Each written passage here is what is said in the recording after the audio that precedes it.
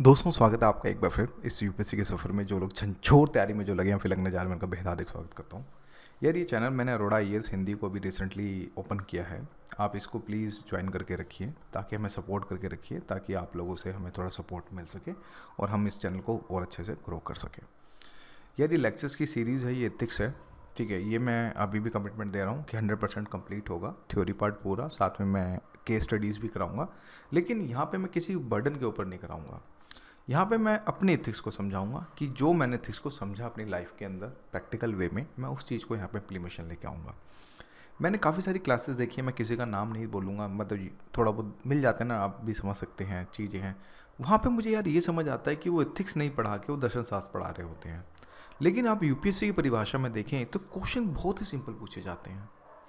देखो, एक रीज़न भी है, एक ट्रेंड को समझना। देखो, अगर आप मुझे मेरे सच्चे फॉलोवर हो, आप मुझे फॉलो कर रहे हो, तो मैं आपको यहाँ पे एक चीज़ ज़रूर बताऊँगा। अगर चीज़ों को अगर कोचिंग वाले चीज़ों को ईजी कर दें, ईजी दिखा दें, तो इनका पैकेज कौन लेगा? सिंपल सी बात है भाई। आखिर कोचिंग वालों की भी तो फीस अगर बात करें तो इसी से कहीं ना कहीं चल रही है। जो इतने महंगे महंगे कोर्सेज जो बेच रहे हैं, इतनी ज़्यादा वीडियोस कर करके बेच रहे हैं, रीज़न यही है कि वो इस सब्जेक्ट को ऐसा दिखाना चाहते हैं, इस सब्जेक्ट को ऐसा दिखाना चाहते हैं जो लगता है कि हाँ यार बहुत टफ है, इसी कोचिंग लेनी पड़ेगी। लेकिन ट्रस्ट में, आप मेरी वीडियोस को भी सुन के चले जाएंगे ना एथिक्स मतलब कि इसमें, क्योंकि मैं यार ये वीडियोस मैं बिल्कुल दिल से बना रहा हूँ। और देखो यार, रात के कुछ भी 3 बज रहे हैं, सुबह के 3 बज रहे हैं, मुझे वीडियो बनानी है कि मैंने आपको टारगेट दे रखा कि मुझे 1 महीने में सीरीज़ कंप्लीट करनी है। अब मैं भी थोड़ा यूट्यूब पे एक्टिव हो रहा हूँ, तो उस कंडीशन के अंदर मेरी कुछ जो भी सीरीज़ कंप्लीट होगी, इसको देख के भी चले जाओगे ना, तो ट्रस्ट मी, ये मेरा प्रॉमिस है कि आपको देखते देखते चीज़ें याद हो जाएंगी। क्योंकि यहाँ मैं एक कोचिंग की इथिक्स नहीं पढ़ा के, मैं एक अपने इथिक्स पढ़ाऊँगा यहाँ पे, जो मैंने किताबों से समझा, गहराई से समझा। बीइंग एज ए पब मेरा ऑप्शन था, तो मैंने इस इथिक्स को और ज़्यादा करीब से समझा है। मैं एक चीज़ ये भी बता देना चाहूँगा, हिंदी मीडियम वाले प्लीज़ डिमोटिवेट मत होइए, क्योंकि हम हिंदी में को लेके बहुत आगे निकलने वाले हैं। इसी के कारण मैंने हिंदी मीडियम का channel specially Arora IAS Hindi को क्रिएट किया है, ताकि मैं अपनी बातों को खुल के यहाँ पे रख सकूँ। एक चीज़ और बताना चाहता हूँ, जो भी मैंने समझा इस इथिक्स को, जब आप इस इथिक्स को दिल से समझेंगे ना, तो आप एक बहुत सभ्य इंसान बन जाएंगे। और कहीं ना कहीं आप भी, मतलब बोलते हैं ना कि ठगी चोरी चकारी, इनसी चीज़ों से बचेंगे आप, सच में, अगर आप एथिक्स को बहुत अच्छे से समझेंगे तो चलिए फिर ज़्यादा बात नहीं, अभी आज की वीडियो में इतनी ही करके हमने लास्ट लेक्चर में ये चीज़ें ये समझी कि हमने एथिक्स को समझा, हमने कानून को समझा, कानून और एथिक्स को डिफ्रेंशिएट करके हमने चीज़ों को समझा। कानून हमें ये कहता है, कानून का एक दायरा होता है, बड़ा ही संकीर्ण टाइप का दायरा होता है। लेकिन एथिक्स के अंदर दोस्तों यहाँ पे ये होता है कि इसका दायरा बहुत ज़्यादा व्यापक होता है, क्योंकि ये बेसिकली अगर बात करें दर्शन के ऊपर काम करता है। यानी कि चीज़ें गलत हैं या सच में सही हैं। जैसे कि मैंने आपको पर्दा प्रथा का एग्जाम्पल दिया था। अब यहाँ पे दो बातें, यहाँ पे द्वंद्व आपको ये देखने को मिलेगा इसके अंदर, कि पर्दा प्रथा संस्कृति के हिसाब से देखें तो सही है, लेकिन अगर हम मानवता के हिसाब से देखें तो चीज़ें गलत हैं। क्यों क्यों अगर समानता के हिसाब के एंगल से देखें, मानव अधिकार के एंगल से देखें, तो चीज़ें गलत हैं। तो कहीं ना कहीं द्वंद्व भी हमें एथिक्स में देखने को मिलता है, वो हम आगे डिस्कस करेंगे। हमने ये समझा कि कानून के अंदर एथिक्स का जो दायरा होता है वो बहुत ज़्यादा संकीर्ण के तौर पे देखने को मिलता है। लेकिन अगर वह किसी भी चीज़ को जब हम कानून के दायरे में नापते हैं, तो उसका एक संकीर्ण दायरा हमें देखने को मिलता है। वहीं जब हम एथिक्स के तौर पर जब हम नापते हैं, तो उसका दायरा बहुत ज़्यादा विस्तृत हो जाता है। चीज़ें बहुत ज़्यादा, मतलब काफ़ी बड़ी चीज़ें जो हमें जो देखने को मिलती हैं। तो मैंने आपको सिर्फ यही समझाया था लास्ट वीडियो में कि नीतिशास्त्र होता क्या है। अब थोड़ा आगे बढ़ते हैं।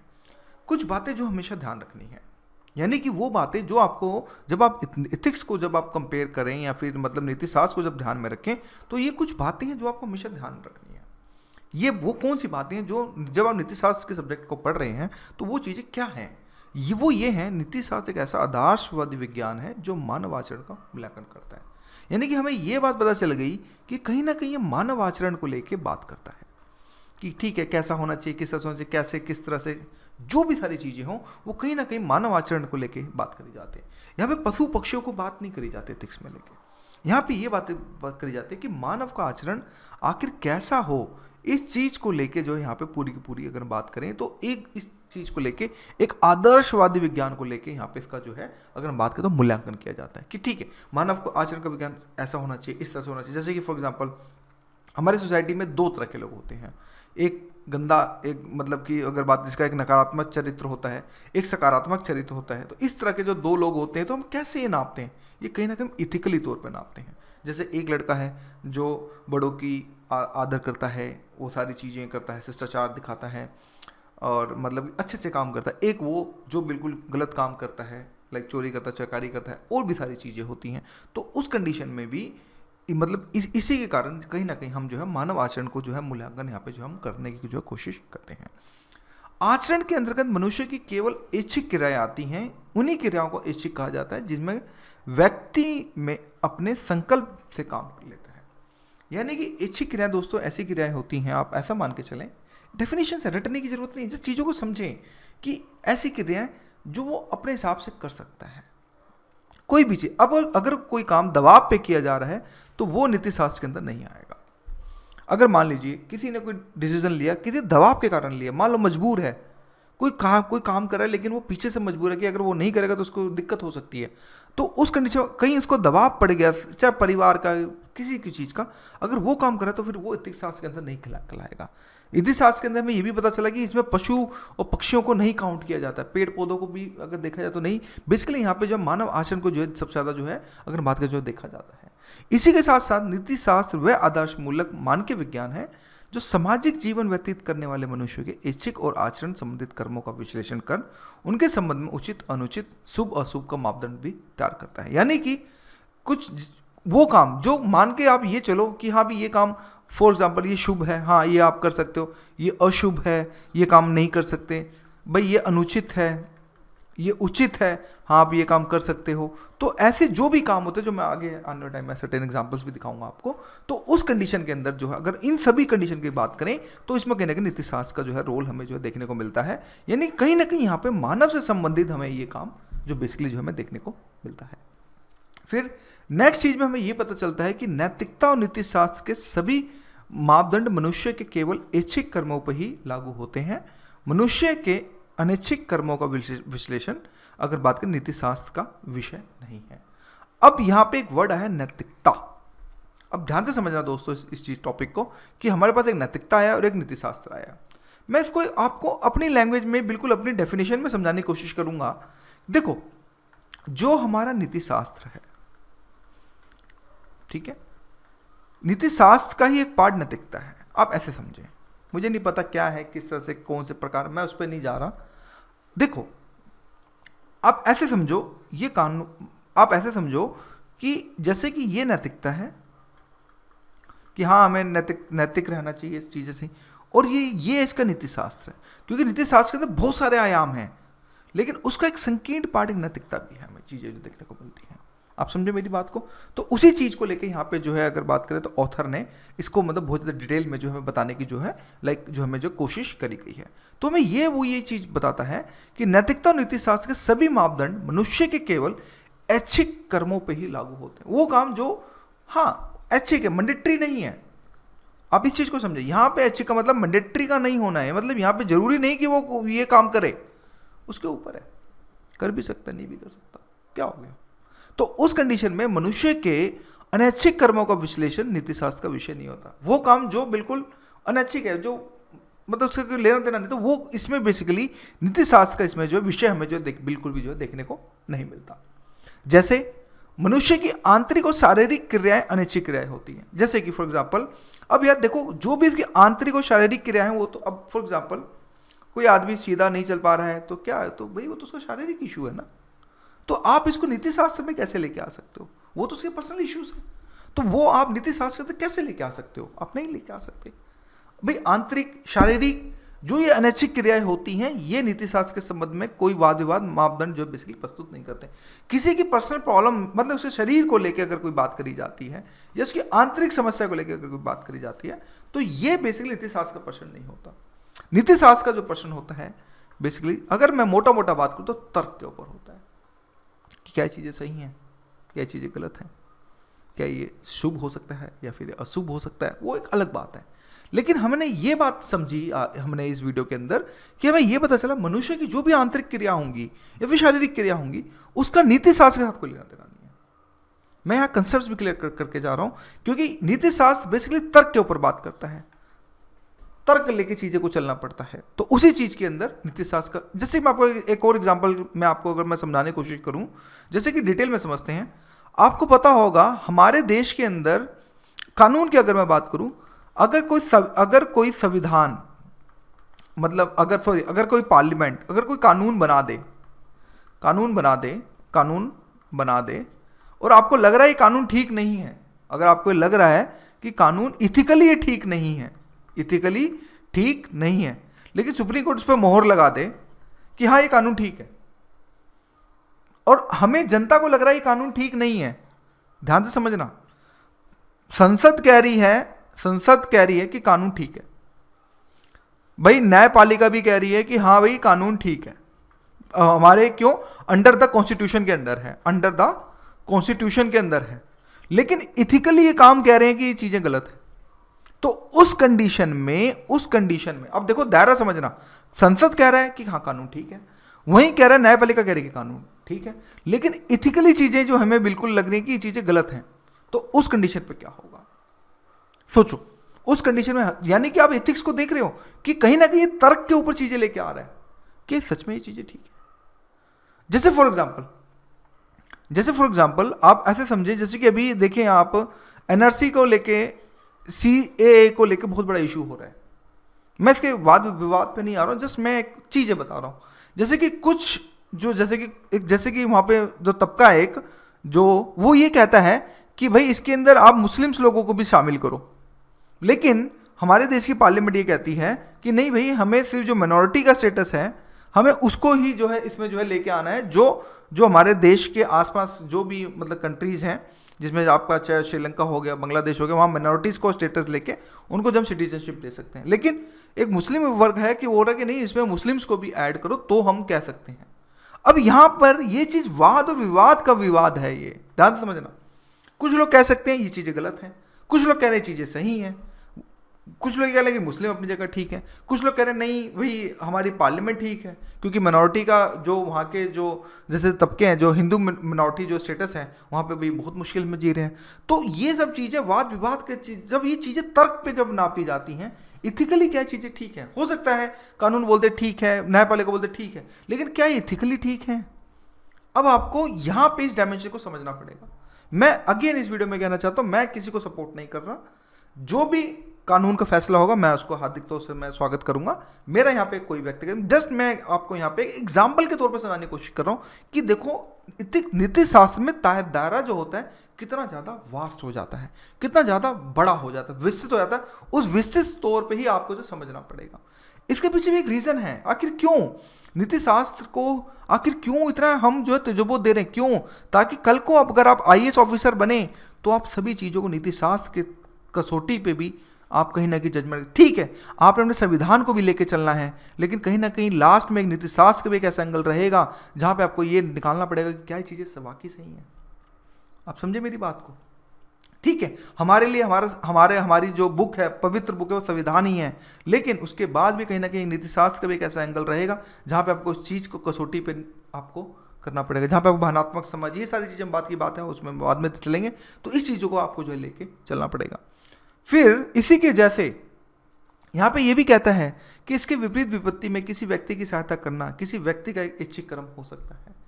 अब कोई आदमी है, ध्यान समझना, रोड पे जैसे आप जाते हैं, एक्सीडेंट हो जाता है, कुछ लोग डेफिनेटली गाड़ी उतर के हेल्प भी करते हैं, कुछ लोग सीधे निकल जाते हैं देख के, तो ये उसका एक ऐच्छिक कार्य है कि वो करे ना करे, ये उसके ऊपर निर्भर करता है, क्योंकि यह सहायता करना किसी व्यक्ति का ऐच्छिक कर्म है। क्योंकि ये सहायता करे या ना करे, इसलिए यह नीति शास्त्र का विषय है और नीति शास्त्र संबंध में मापदंड प्रस्तुत करता है। अब देखो कैसे, मान लो आप ही हैं यार, फॉर एग्जाम्पल आप अपनी फैमिली के साथ जा रहे हैं गाड़ी में, ठीक है, सडनली एक्सीडेंट हो गया, मान लो गाड़ी ठुक गई, आपको पीड़ा हो रही है और मतलब कि ब्लड भी आ रहा है, गाड़ियाँ यहाँ से अप एंड डाउन, कुछ गाड़ियाँ जा रही हैं, कुछ गाड़ियाँ रुक के यहाँ पे आ गई। अब यहाँ पे कानून क्या कहता है और यहाँ पे नीति शास्त्र क्या कहता है, इस चीज़ को समझना पड़ेगा। कानून कहता है कि हाँ भाई रुकना चाहिए, मदद करनी चाहिए, लेकिन लोग कानून से डरते हैं। क्यों? जब कोई कोर्ट कचहरी की बात आती है तो लोग अपने आप को थोड़ा असहज महसूस करते हैं, जिसके कारण वो इस चीज़ से बचना चाहते हैं। तो कुछ लोग देखो, कुछ लोग मदद तो करना चाहते हैं इस आदमी की, लेकिन कहीं ना कहीं वो इस जंजाल जगह, यार किसी बंदे की खुदा ना खास्ता कहीं डेथ हो जाए, कोई बात हो जाए, तो उस कंडीशन में इसके लेने के देने पड़ जाएंगे, तो वो बंदा आगे निकल जाता है। लेकिन नीति शास्त्र कहता है कि अगर कोई बंदा मुसीबत में है तो हाँ उसकी मदद करनी चाहिए, अगर तुमसे हो पा रहा है मदद तो उसको करना। तो कहीं ना कहीं ये एक ऐच्छिक से ज़्यादा अब आपके कर्तव्य के ऊपर चीज़ें आ रही है। देखो कैसे कानून कहता है कि ठीक है आपको करना चाहिए, लेकिन कहीं ना कहीं आपका ऐच्छिक से ज़्यादा आपका कर्तव्य के ऊपर जो है बात यहाँ पे जो है लेके आ रहा है कि नहीं, अगर कोई बंदा सच में एक्सीडेंट हो गया तो हमारा मानवता के हिसाब से या नीति शास्त्र के हिसाब से अगर देखें तो हमें ये चीज़ समझ आती है कि हमें उस बंदे की जो है मदद करनी चाहिए, कि हाँ एटलीस्ट हम उसको डॉक्टर तक पहुँचा दें ताकि वो बंदा फिर आगे कर सके। लेकिन कानून के डर से वो बंदा, कुछ बंदे ऐसे होते हैं जो बिल्कुल पीछे हट जाते हैं, बोले यार जो हो रहा है होने दो, निकलो भैया जंजाल में क्यों फंसना। तो ये सब चीज़ें जो हमें अगर बात करें, हमें कहीं ना कहीं अपने जो जो गुण होते हैं वो कहीं ना कहीं नीति शास्त्र हमें जो है समझाने की जो कोशिश करता है, एक मापदंड देता है कि नहीं यार अगर कोई बंदा बुरे वक्त में फंसा हो, अगर तुमसे जितनी सेवा उसकी हो सके आप उसकी जो है कर सकते हो। यही ओवरऑल जो है हमें अगर बात करें तो नीति शास्त्र के ऊपर जो हमें लेके चलता है। फिर मनुष्य द्वारा किया गया प्रत्येक कर्म या तो सही कहा जाता है या गलत, परंतु प्रश्न यह है कि किसी कर्म को सही या गलत कहने के हमारे पास क्या विषय, मानक और तर्क होते हैं। अगर फॉर एग्जाम्पल यहाँ पे ये देखो, ये लाइन ये कह रही है कि अगर हम किसी चीज को सही क्यों कहें, सही हम क्यों कहें कि ये सही है, हम कैसे कह सकते हैं, हमारे पास मापदंड क्या है। तो ये सारे के सारे मापदंड जो है कहीं ना कहीं हमें नीति शास्त्र ही जो हमें देता है। तो यही चीज़ें हमें समझनी पड़ेंगी कि जो भी सही है, आगे सही है तो क्यों सही है, गलत है तो क्यों गलत है, ये कौन मापदंड दे रहा है, ये मापदंड दे रहा है हमें नीति शास्त्र। तो ये इसी के कारण नीति शास्त्र जो है एक बहुत गहरा सब्जेक्ट जो हमें देखने को मिलता है। फिर नीति शास्त्र हमें इन विषयों मानकों से अवगत कराता है जिसके आधार पर हम किसी कर्म का विश्लेषण करके उसे सही या गलत कह सकते हैं। यानी कि अब यहाँ पे अगर आप कोई बंदा फंस गया है उसकी मदद करना, हाँ बोलते हैं ना आप इथिकली अच्छे हैं, आप इथिकली अच्छे हैं, तो उस कंडीशन में फिर नीति शास्त्र का यहाँ पे जो है एक अहम रोल जो है अगर हमें जो देखने को मिलता है तो उसको हम नीति शास्त्र के तौर पर समझते हैं। यानी कि जब मापदंड दिए जाएं, यानी कि जब सही और गलत के, तो वो हम जब इसको एक तराजू से नापते हैं जिसका नाम है नीति शास्त्र, तो नीति शास्त्र के नतीजे जब हम देखते हैं तो फिर हमें पता चलता है कि हाँ ये चीज़ें सही हैं या गलत हैं, तो उस चीज़ को यहाँ पे जो है अगर बात करें तो समझा जाता है। ठीक है, आई होप आपको कुछ चीज़ें समझ आई होंगी। ठीक है, नेक्स्ट चलते हैं। इसके अतिरिक्त किसी कर्म का विश्लेषण करते समय नीति शास्त्र केवल उपलब्ध तथ्यों को ही आधार नहीं बनाता, बल्कि यह उन तथ्यों की प्रासंगिकता पर भी विचार करता है जिन्हें हम बौद्धिक स्तर पर स्वीकार या नकार सकते हैं, और साथ ही उन तथ्यों के प्रभावों से उत्पन्न संभावित व्यवहारिक परिणामों तक पहुंच सकते हैं। जरूरी नहीं है, ध्यान से समझना, कि सिर्फ तथ्यों को लेके बात करें। ये मैंने बोला ना, इसका दार्शनिक विचार है कि क्या ये सच में ही बहुत वास्ट एंगल्स पे जाके चीज़ों को नीति शास्त्र सोचता है कि सच में क्या चीज़ें सही हो रही हैं या हैं या नहीं है। तो उस कंडीशन में लेके जब चीज़ें लेके जाता है, ये नहीं कि सिर्फ किताब में लिख दिया और नीति शास्त्र हो गया, नहीं, ये वैचारिक, अगर बात करें वैचारिक सोच के ऊपर भी जाता है, क्या सच में चीज़ें ठीक हैं, क्या सच में ठीक ये चीज़ें ठीक हैं या नहीं है, उस चीज़ के ऊपर जो है चीज़ें लेके चलता है। तो उसी को यहाँ पे जो है नीति शास्त्र के तौर पे जो है समझा जाता है। नीति शास्त्र का संबंध आचरण के औचित्य और अनुचित्य से है। इसके परखने के कुछ नियम और मापदंड होते हैं जिसका निर्धारण नीति शास्त्र के तहत ही होता है। अतः नीति शास्त्र का लक्ष्य जीवन के वास्तविक आदर्श, आचरणों के नियम तथा मापदंडों को स्थापित करना होता है।